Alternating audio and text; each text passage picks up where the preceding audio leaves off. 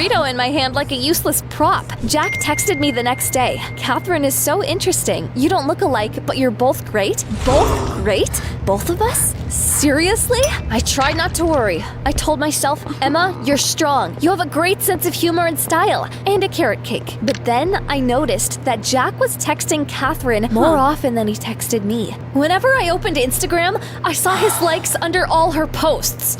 It felt like everything inside me was shrinking. It reminded me of my ex's bike, except this time, it wasn't a tire that burst, but my heart. One day, the three of us went to the beach. I put on my favorite swimsuit and was looking forward to some fun, sunshine, and romance. But in the end, all I could do that day was watch. Let me help. Thank you. They walked side by side, chatting about music, guitars, and some festivals. Do you like Bon Iver? Of course. His guitar works like therapy to me. I didn't understand a word they were saying. Who's Bon Iver? What was I even doing there? They laughed at some inside jokes, discussed concerts, and exchanged playlists. Jack didn't even spare me a glance. I tried to convince myself that I was being paranoid, but something inside me was whispering, Jack is falling in love, but not with you. The next day, I asked Jack if we could talk. Jack, don't you think you're spending too much time with Catherine? She's so interesting. You know, we're both crazy about music. Just interesting? I felt like tearing my hair out, but I just nodded and left without a word.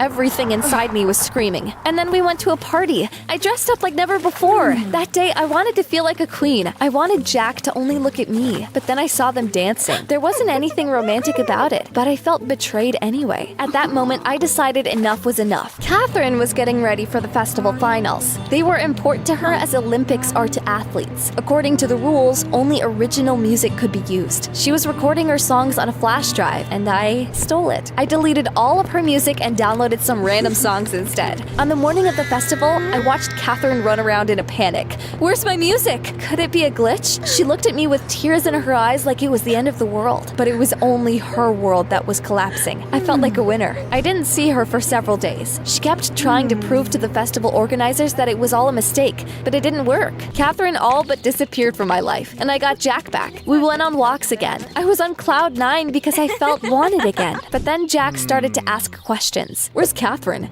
Why was she so sad?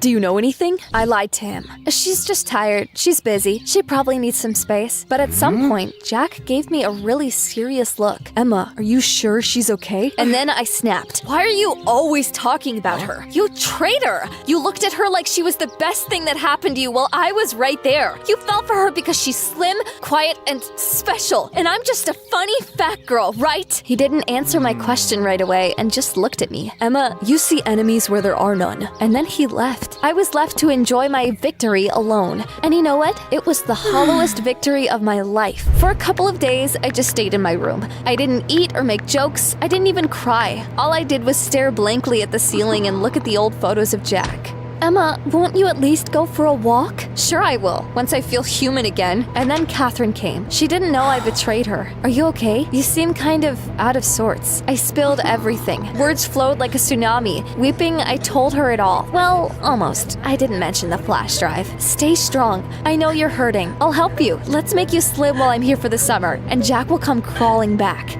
Really?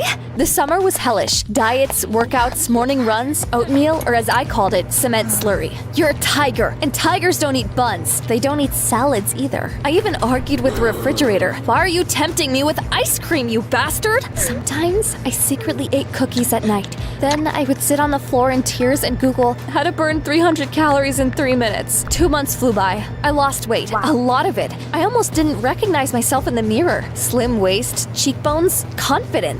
At the end of summer, Catherine went back home. You're a star. Shoot for the sky. And I did. I ran to Jack. He was at a cafe with his friends. Hi, can we start over? He looked at me with surprise, but not with admiration. Emma, you look great, really, but I can't. Why? I've done everything. Everything! For you! Exactly. It was all for me. And he left. For the second time. I had done everything, and it was all for nothing? A couple of days after that, I accidentally met one of my exes, the one who took me for a ride on his bicycle until the tire burst. Emma, wow, you've changed. Yeah, am I cool now? You've always been cool. It's just being with you was hard. Hard because of my weight? Nope, because of everything else. You didn't trust me. You texted me 10 times if I didn't respond in 5 minutes. You got jealous of every girl I talked to, even if it was my second cousin. You controlled everything. It was just a coincidence that I left after the tire burst. It wasn't your figure I was afraid of. It's just that you were like a storm. I was shocked, speechless. That came out of the blue. You know, you were so funny and cool, but I felt like I was suffocating with you. Not because of your body, but because of the anxiety. Those words stuck in my brain like an advertisement I couldn't skip. What if he was right? What if it wasn't my weight that was the problem, but me? I decided to talk to all of my exes. I ran away because the week we became a thing, you constantly checked whose photos I liked, asked for my Instagram password, and made a scene when I said hello to my classmate. But why didn't you come to the water park with me? The water park was the last straw. I was afraid that if I looked at someone with a bikini,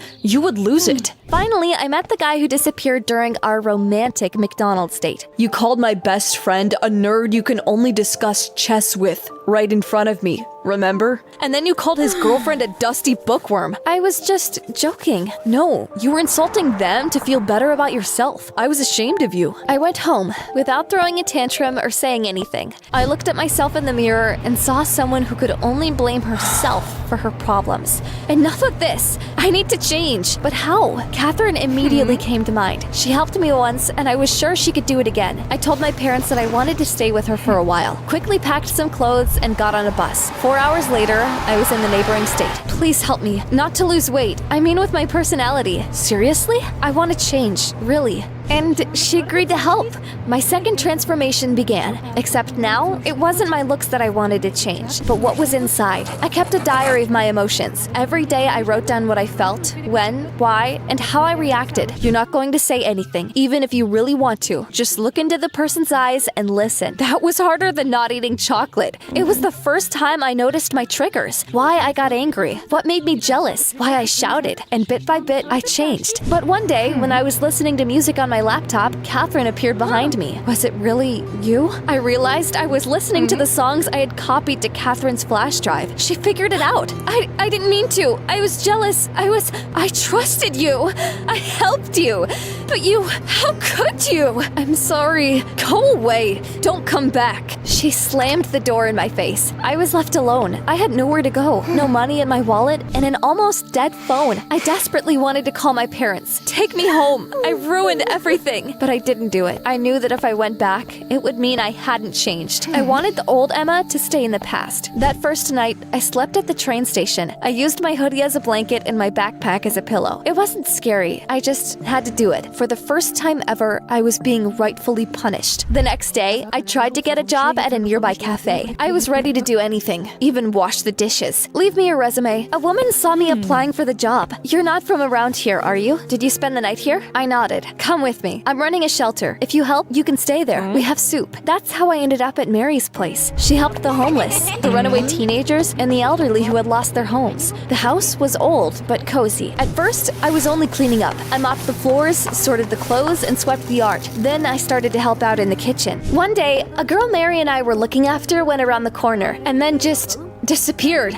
I ran down the street like a mad woman. Luckily, I found her near a store. She was looking for a dog she saw in a dream. We were both crying when we got back. I realized how much pain there was in the world, how self-obsessed I'd been. You know, it was weird. I felt better. It was like taking care of other people helped me stop obsessing over my insecurities and holding grudges. I didn't look at the scales anymore. I didn't wonder, what would Jack think? I just did something useful. One day, I saw an old man slide down a bench on the street. He was drooling and shaking. I rushed to him, called for help, and held his hand until an ambulance arrived. Some passerbys filmed us, but I quickly forgot about it. The next day, I was washing the dishes as usual when I heard the front door slam open. Emma? We saw the video on the internet. What are you doing here? We thought you were at Catherine's. I couldn't go back. I ruined everything. I was terrible. Sweetie, no, Mom. I'm not making any excuses. I was learning to be a human here. I shouldn't have demanded anyone's love until I learned to give it. We drove home in silence. Mom Mom sometimes took my hand into hers. I told them about everything that happened. You know, Emma, beauty is more than just your body. It's the way you treat other people, the choices you make. You could lose weight, dye your hair, and change your clothes. But if you keep getting offended, angry, or jealous, you'll stay miserable. I know, I've learned my lesson. The next day, I came to Jack's place. I wasn't hoping for anything. I just wanted to talk to him. He was sitting by the pool, laughing and video chatting with someone. I saw Catherine's face on the screen. They were joking and smiling. The old me would have gone ballistic. She would have just pounced on Jack with reproaches, hysteria, and insults. But the new me just smiled. Hi,